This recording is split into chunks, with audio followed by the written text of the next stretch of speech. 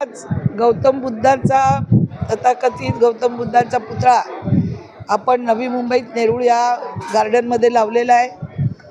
आपल्याला माहिती आहे आज जगात काय चाललेलं आहे. आज जगामध्ये युद्ध चाललेलं आहे.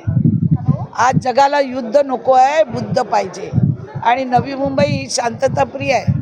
ह्या शांतीचा संदेश देणारे गौतम बुद्ध, नवी मुंबई शांत राहिली पाहिजे. आणि त्याच अनुषंगाने गेले डॉक्टर बाबासाहेब आंबेडकर असतील, त्याप्रमाणे आमच्या जिजामाता असतील, अहिल्यादेवी होळकर असतील, यांच्याही पुतळे लवकरात लवकर बसवावे यासाठी माझी सातत्याने मागणी होती.